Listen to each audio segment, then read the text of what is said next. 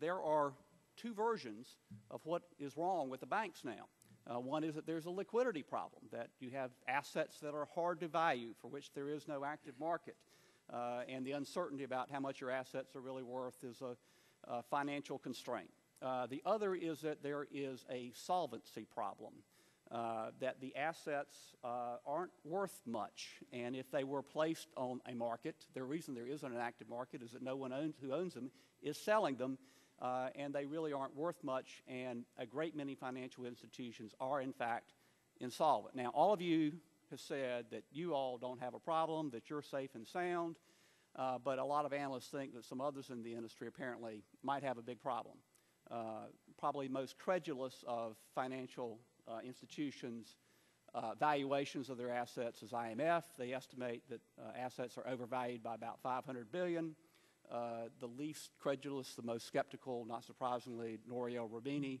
Dr. Doom estimates they're overstated by $3.6 trillion. Mr.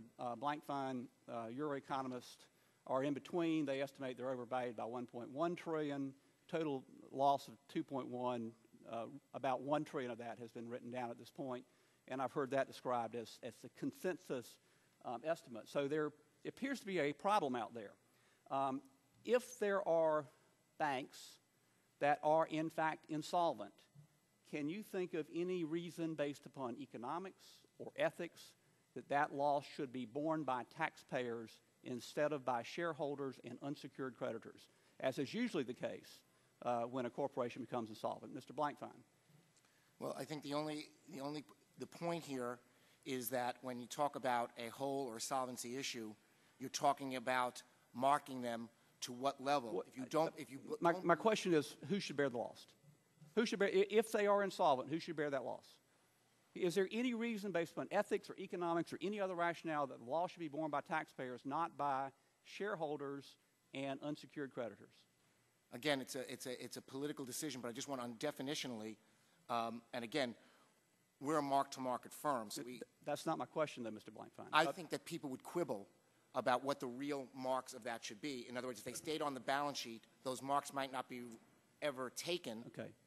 Mr. Diamond, do you have an answer to the question I asked? I think the shareholders should pay for the losses if possible. Mr. Kelly, shareholders, taxpayers. Shareholders and unsecured creditors are taxpayers. Shareholders. Mr. Lewis? Shareholders. Mr. Logue? Shareholders. Mr. Mack? It should be shareholders and unsecured creditors, but I also think you need to look at, is there a chain reaction? If there's no chain reaction, no danger to the system, shareholders should be wiped out along with unsecured creditors. Mr. Pandit.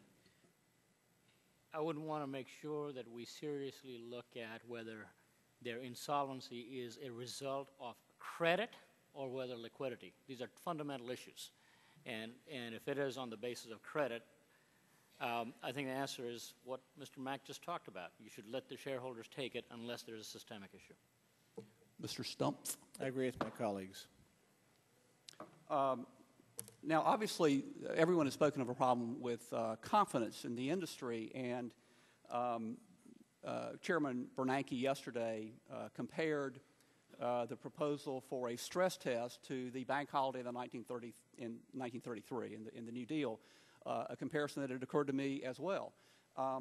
Do your current safety and soundness regulators have the capacity, the sophistication, the expertise to do a credible stress test? Or what do we need to do to make sure that any stress test is credible, and we know that any bank that gets a clean bill of health is in fact safe and sound? I believe they're capable. I've only had a 3-month relationship with my new regulator. We'll have to take the rest of those answers in writing.